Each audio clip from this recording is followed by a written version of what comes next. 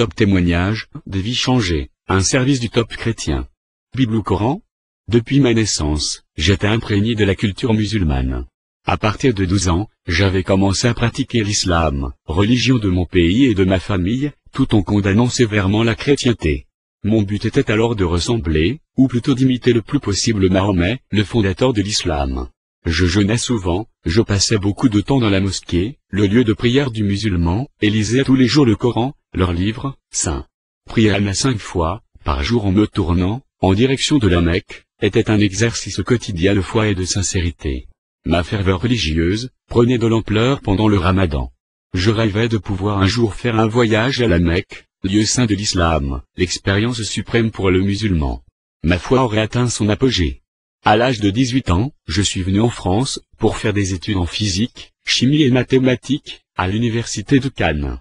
Là, je fus contacté pour la première fois, par une femme chrétienne qui tenait un stand biblique au restaurant universitaire.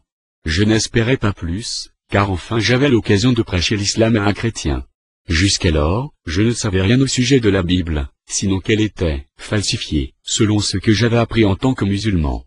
L'islam m'avait enseigné que les chrétiens faisaient de Jésus le Fils de Dieu, et pour moi, cela n'était ni plus ni moins qu'un blasphème impardonnable. Aussi, n'osais-je même pas laisser cette idée effleurer mon esprit, car ceci dit aurait été ma condamnation éternelle.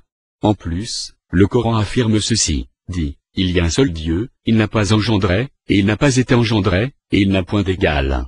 Sourate 112. Ainsi, la filialité de Jésus, et sa divinité se trouvaient balayées du même coup. Jésus n'était pour moi qu'un simple homme, prophète certes, mais créé de poussière au même titre qu'Adam. Il faut ajouter que tout ce qu'affirme la Bible, comme le péché originel, la Trinité, l'amour divin, le salut par grâce, m'était étranger. Cependant, ma religion me demandait de croire que la Bible était la parole de Dieu, sans pour autant prendre ses enseignements au sérieux. Pour expliquer ce paradoxe, l'islam prétend que la Bible a été falsifiée par les Juifs et les chrétiens et qu'il est, par conséquent, impossible d'accéder au vrai texte. Je croyais simplement cette assertion, sans l'avoir jamais vérifiée. Le temps passait, et j'assistais à quelques réunions d'église. Cela m'a aidé à comprendre l'évangile du salut. L'amour de Dieu, manifesté à la croix, m'avait bouleversé, moi qui ne connaissais qu'un Dieu souverain, puissant, sans aucune indulgence pour le pécheur. Quand on me parlait de cet amour, j'avais les larmes aux yeux, mais je restais quand même sûr que l'islam était la bonne et la meilleure voie. Néanmoins, un combat violent s'était déclaré en moi-même. Aussi avais-je décidé d'étudier et de comparer la Bible et le Coran.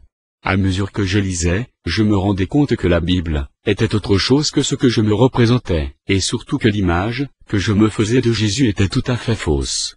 D'étranger, Jésus devenait pour moi un homme unique, qui a, comme lui, consolé les pauvres, accueilli les hommes rejetés, pensé les blessures de tous les opprimés, qui a, comme lui, parlé avec simplicité et beauté de Dieu qui aime les malheureux, et prend le parti des humiliés, mais surtout, qui a, comme lui, révélé le Dieu Père de tous ceux qui placent leur confiance en lui. Après les recherches, je commençais à avoir des doutes sur la falsification de la Bible, mais je ne pouvais encore croire ni à la Trinité, ni à la filialité divine de Jésus, et encore moins à sa crucifixion. En effet, l'islam nie tout simplement que Jésus fut crucifié. Une autre chose qui m'empêchait de croire, c'était ma famille. Se convertir et quitter l'islam, c'est renier sa famille, sa patrie. Le prix me paraissait trop élevé. C'était toujours le côté où se trouvait ma famille, mes amis, qui penchaient dans la balance. Au bout de 2 ans, j'étais arrivé à ne plus supporter d'entendre parler de l'Évangile, tellement cela me frustrait. Si je discutais avec des amis, cela finissait toujours par des disputes. Quoique refusant l'Évangile, j'aimais passer du temps dans la famille du pasteur. Le lundi 5 août était un jour comme tant d'autres chez eux. Bien sûr, il fallait encore que j'entende l'Évangile. J'avais de plus en plus de mal à résister à l'amour de Christ, mais cette fois-là, je décidai que c'en était trop, et que je ne voulais plus jamais entendre parler de Jésus-Christ. J'insistais que l'on me ramène chez moi. Pour me calmer, je pris le Coran et me mis à le lire. Les paroles sortaient de mes lèvres, mais mon cœur restait sec, contrairement à d'habitude. Je décidai donc de dormir. Il était 2 heures du matin. Dans mon lit, je commençais à prier Allah, tel que je le faisais chaque nuit, mais le vide m'entourait autant que le silence. Malgré tout ce que j'essayais, je n'arrivais pas à trouver cette paix de cœur, que je désirais tant à cet instant. Soudain, poussé par une force invisible, je m'écriai, « Dieu, qui que tu sois, révèle-toi à moi ». C'est alors que le nom de Jésus se mit à résonner dans ma tête, puis dans tout mon être. La présence de Jésus s'est imposée avec une netteté inouïe. « Est-ce toi, Jésus ?» demandai-je, alors que je n'y pensais absolument pas. Mon corps tremblait. « Et si c'est toi Jésus, je t'accepte », ajoutai-je. Le sentiment qui m'envahissait à ce moment est indescriptible. Je sus que Jésus est réellement d'un autre monde, du monde de Dieu. Mais je ne pouvais me résigner à cela. Aussi, immédiatement après, je commençai à crier « Non, non, non !» parce que je me rendis compte que j'avais dit quelque chose qui allait bouleverser ma vie. Mais je ne pouvais fuir le nom de Jésus, sa présence avait envahi la pièce. En titubant, je descendais les escaliers, pour aller téléphoner au pasteur. Il était 2h15 du matin, lorsque, tout tremblant, je composais machinalement son numéro. Il faut absolument que je parle au pasteur. Ai-je dit à sa femme. Je n'ai donné aucun détail concernant la raison, pour laquelle je leur demandais de venir me voir au beau milieu de la nuit. Ils m'ont dit plus tard que par le ton de mes voix, ils pensaient que je faisais une dépression nerveuse. J'étais assis au fond de la salle, lorsqu'ils sont arrivés. En voyant le pasteur, je lui sautai dans les bras. Il m'a rapidement demandé ce qui se passait. En sanglots, je lui ai répondu, « Il faut que j'accepte Jésus dans ma vie ». J'étais alors si ému que je n'avais plus de force dans mes jambes, je m'appuyais donc contre le pasteur, pour aller dans son bureau. Une fois que j'étais assis, il m'a répété sa question, car il n'avait pas compris mes demandes.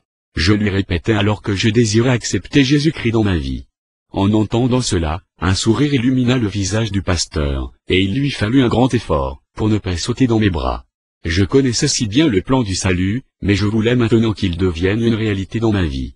Le pasteur m'a demandé si je croyais que Jésus est le Fils de Dieu et Dieu véritable. « Oui, je le crois, répondis-je. »« Crois-tu, Jamel, que Christ est mort sur la croix pour tes péchés, et qu'il est ressuscité pour t'assurer la vie éternelle en lui? »« Oui, je le crois. » À tous ceux qui l'ont reçu, continua le pasteur, à ceux qui croient en son nom, il a donné le pouvoir de devenir ses enfants.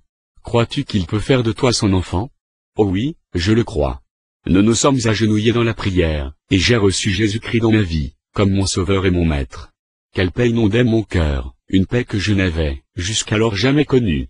Je m'adressais enfin à Dieu comme mon Père céleste, et cela grâce à Jésus, qui fut crucifié et ressuscité pour moi.